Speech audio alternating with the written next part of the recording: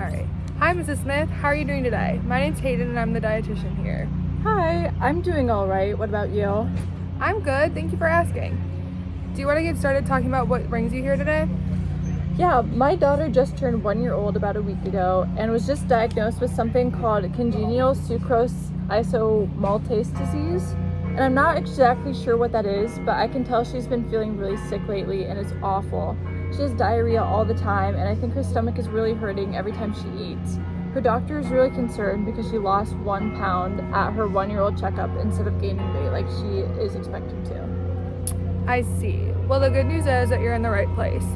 Are you familiar with what congenital Sucrase-Isomaltase disease is, or did you want me to give you a little bit of background before we continue?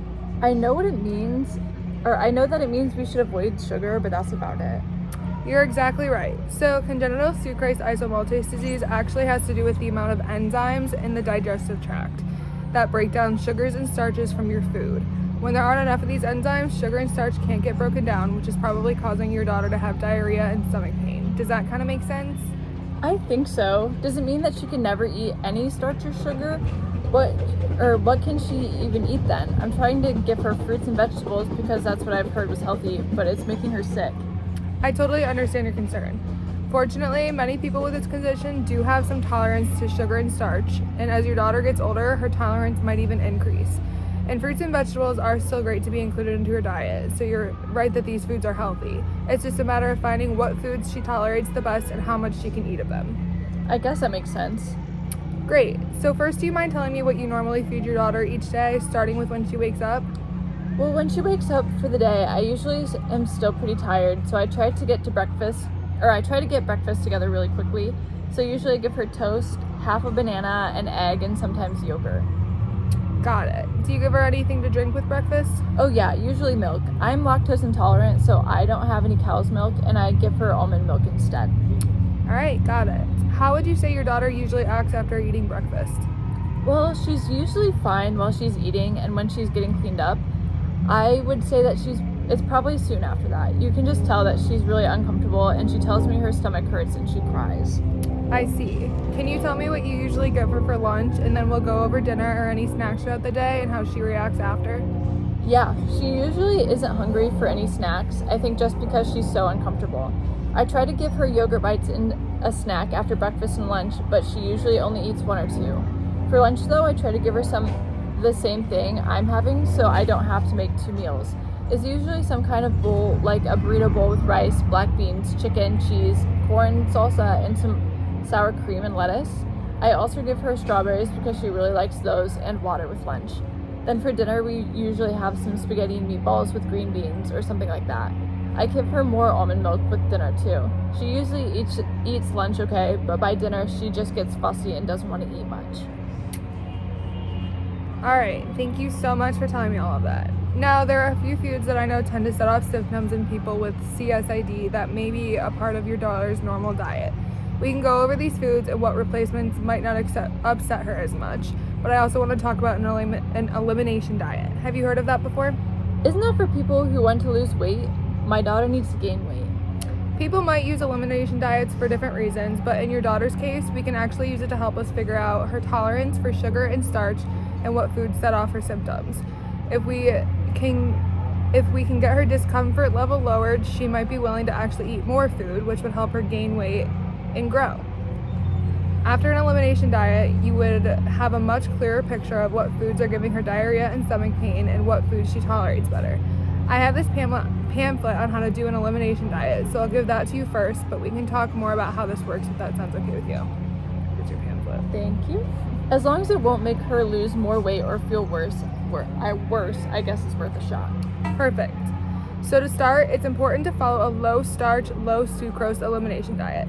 This means that you'll want to limit foods that are high in starch and ones that have added sugar. It's important to follow this really closely for at least 4 weeks. After these 4 weeks, we'll slowly introduce foods that are a little higher in starch or sugar, 1 food at a time. I'll get you started with a list of foods that are okay while you're following the elimination diet for now. And then once we get closer to that 4-week mark, we can talk more about what foods to introduce and when. Do you have any questions about the elimination diet?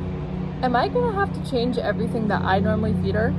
Not everything. You're doing a really great job of feeding your daughter and making sure to include protein, fat, and carbs.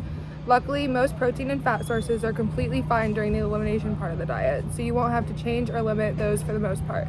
The fruits, vegetables, and carbs will have to get changed, but I think once you notice that your daughter's feeling better, it'll be completely worth it. You're right. If following the elimination diet is what it takes for her to stop having stomach problems and being so uncomfortable all the time, it's absolutely worth it. I'm glad to hear that. Oh shoot, I started typing.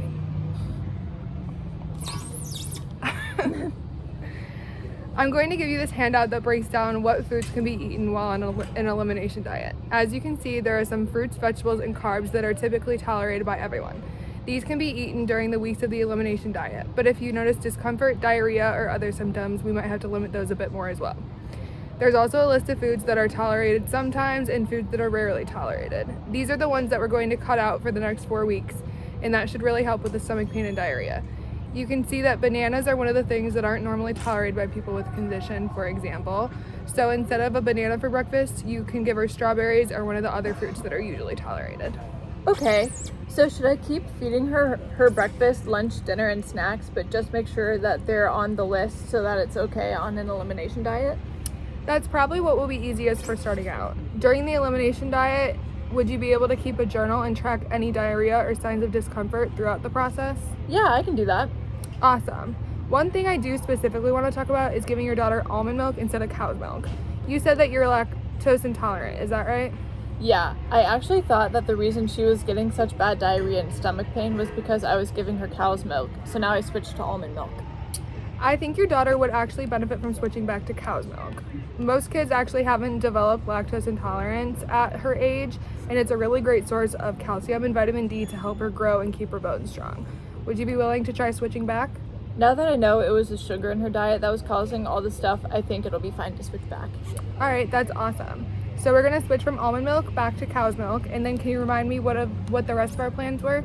I'm gonna start my daughter on an elimination diet and try to take our foods that are high in starch and sugar for 4 weeks. Take out the foods, sorry. I'm also going to keep a journal and write down what she eats and how much, and if I notice if she's having any discomfort.